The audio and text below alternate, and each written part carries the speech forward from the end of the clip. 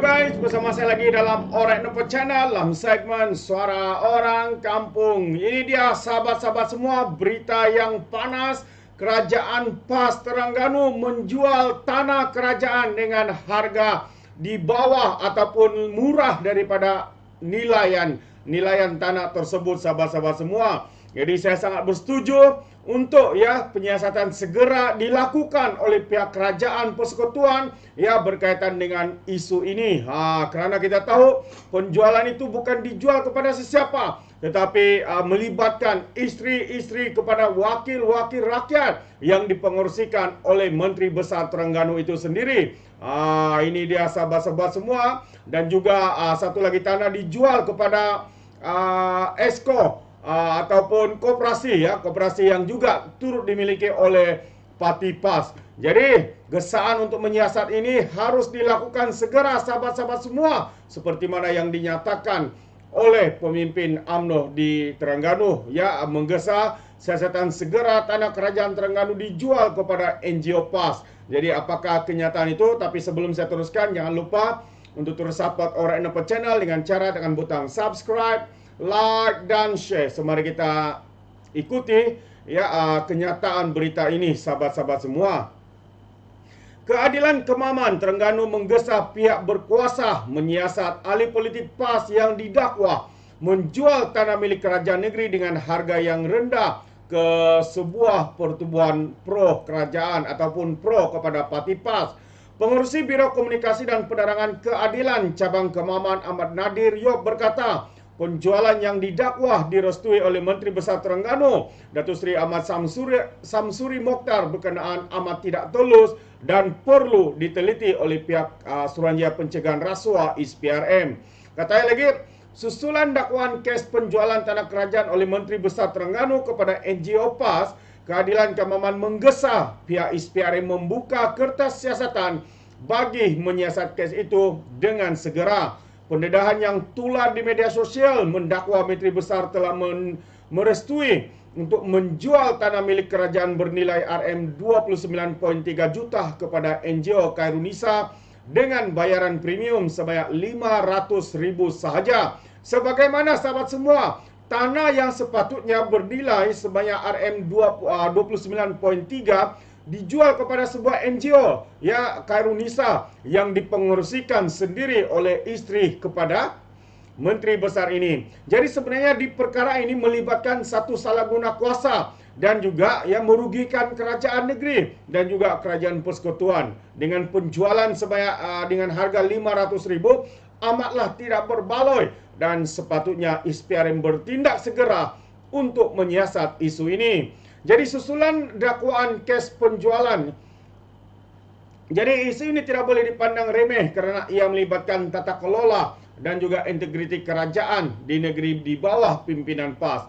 Justru pihak ISPRM harus menyiasat perkara ini kerana ini melibatkan hak dan maruah rakyat Terengganu, katanya dalam satu kenyataan. Menurut beliau lagi, rakyat Terengganu berhak mempunyai kerajaan negeri yang mempunyai tata kelola yang baik serta bebas daripada penyalahgunaan kuasa. Jadi sebarang isu yang melibatkan integriti dan dakwaan rasuah mesti disiasat dan dibawa ke muka pengadilan.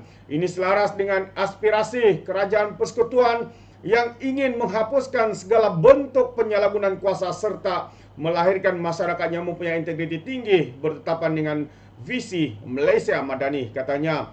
Dalam beberapa hari ini tular isu penjualan tanah seluas 11.299 meter persegi berdekatan dengan bangunan Badan Perhubungan PAS Terengganu yang bernilai RM29.3 juta yang dijual kepada Persatuan Isteri Wakil Rakyat dan Bekas Wakil Rakyat Terengganu Khairunisa dengan bayaran premium sebanyak RM500,000 sahaja. Wow, ini agak mengejutkan. Jadi yang kaya raya itu kroni-kroni, yang kaya raya itu isteri-isteri kepada wakil rakyat daripada Parti PAS, sahabat-sahabat semua. Tetapi rakyatnya pula makin menderita setiap hari. Jadi penjualan itu tidak disokong oleh Majlis Bandaraya Kuala Terengganu dan bertentangan dengan harga premium yang sepatutnya dikenakan sebanyak RM5.87 juta, tetapi didakwa dikurangkan oleh kerajaan negeri Terengganu di bawah pimpinan Parti PAS yaitu hanya dengan 500.000 saja.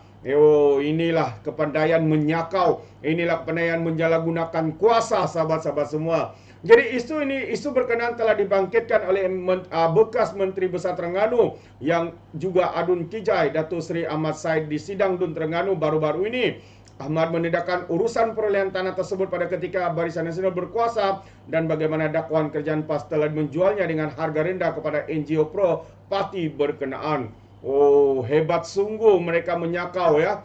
Inilah dia sahabat-sahabat semua yang dikatakan mengayakan kroni. Ya, keluarga, wakil-wakil isteri kepada wakil-wakil rakyat daripada parti PAS, sahabat-sahabat semua. Mereka yang mendapat keuntungan ya dijual dengan harga murah, tapi apabila mereka jual semula mungkin akan dijual dengan harga yang tinggi.